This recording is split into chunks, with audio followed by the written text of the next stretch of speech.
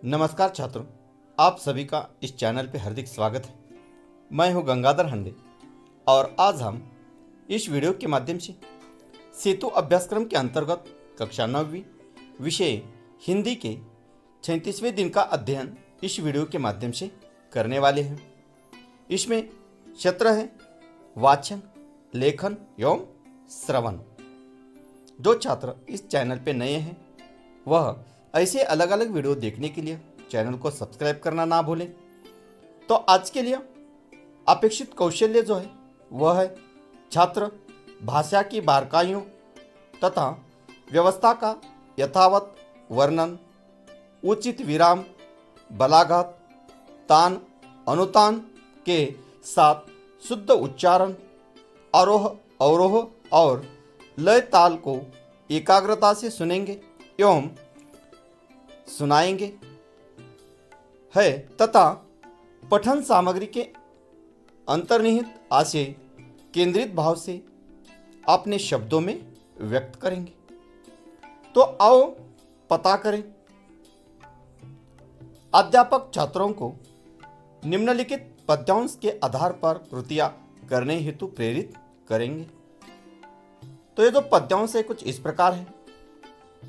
शीत ताप में जूझ प्रकृति से, बहा स्वेद भूरज पर उर्वर, सस्य श्यामला बना धरा को, जब भंडार कृषक देते भर, नहीं प्रार्थना इससे सुख कर।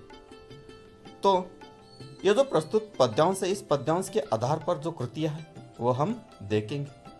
उसमें प्रश्न पहला जो है वह है पर्यायवाची शब्द लिखिए। तो यहाँ 3 शब्द दिए गए हैं, उसके पर्यायवाची शब्द हमें लिखने हैं। तो पहला शब्द है कृषक। तो कृषक का पर्यायवाची शब्द है किसान या खेतीहर। पर्यायवाची शब्द किसान और खेतीहर, ये दोनों कृषक के पर्यायवाची शब्द हैं। दूसरा है प्रकृति। तो प्रकृति का पर्यायवाची शब्द है आदत या स्वभाव। प्रकृति का पर्यायवाची शब्द है आदत या स्वभाव। तीसरा है धरा। धरा का पर्यायवाची शब्द है पृथ्वी और धरणी। पृथ्वी और धरणी। प्रश्न दूसरा जो है वह है विलोम शब्द लिखिए। विलोम मतलब विरुद्धार्थी शब्द हमें लिखने हैं। पहला है उर्वर। तो उर्वर का विलोम शब्द है उरस। उर्वर का विलोम शब्द उरस। दूसरा शब्द है शीत। तो शीत का विलोम शब्द है उष्ण। और तीसरा जो शब्द है वह है शुभ। तो शुभ का विलोम शब्द है अशुभ। इसके बाद अगली जो कृति है वह है आओ सक्षम बने।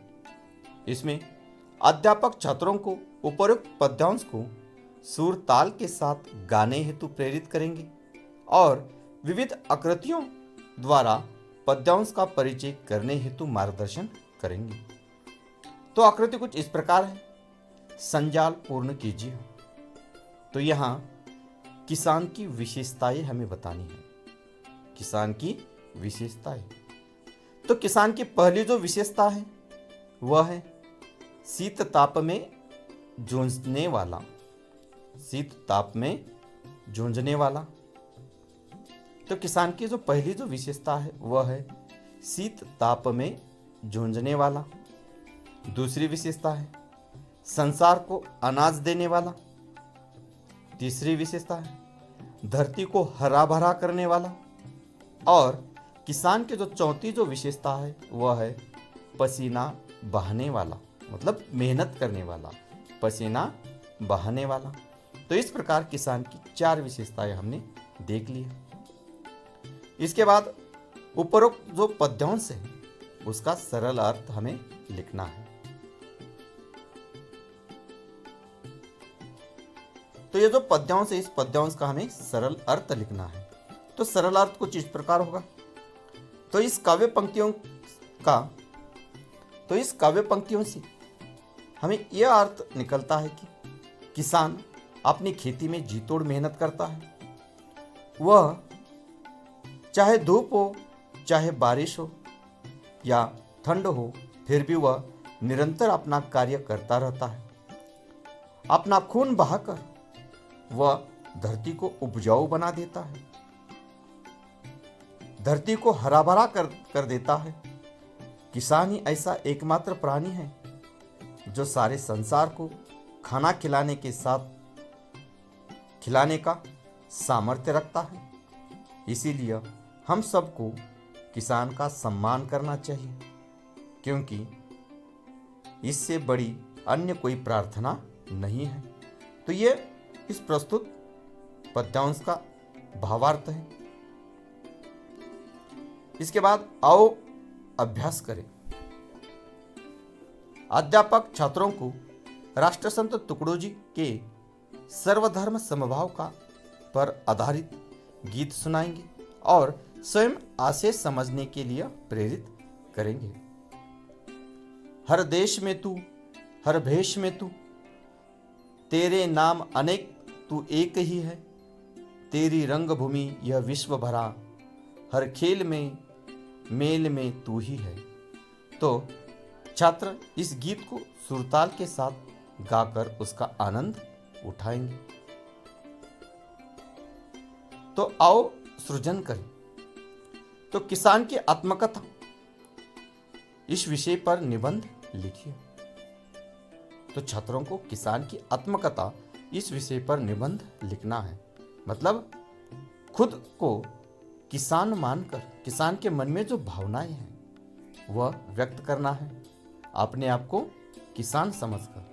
इसके साथ साथ सर्वधर्म समभाव विषय पर पोस्टर बनाइए। छात्रों को सर्वधर्म समभाव विषय पर पोस्टर बनाना है। आज के लिए पूरक साहित्य स्रोत है निम्नलिखित लिंक से संत तुकडोजी का गीत सुनिए। यहाँ लिंक दी गई है, इसके माध्यम से संत तुकडोजी महाराज के जो गीत है वह आप सुन सकते हैं।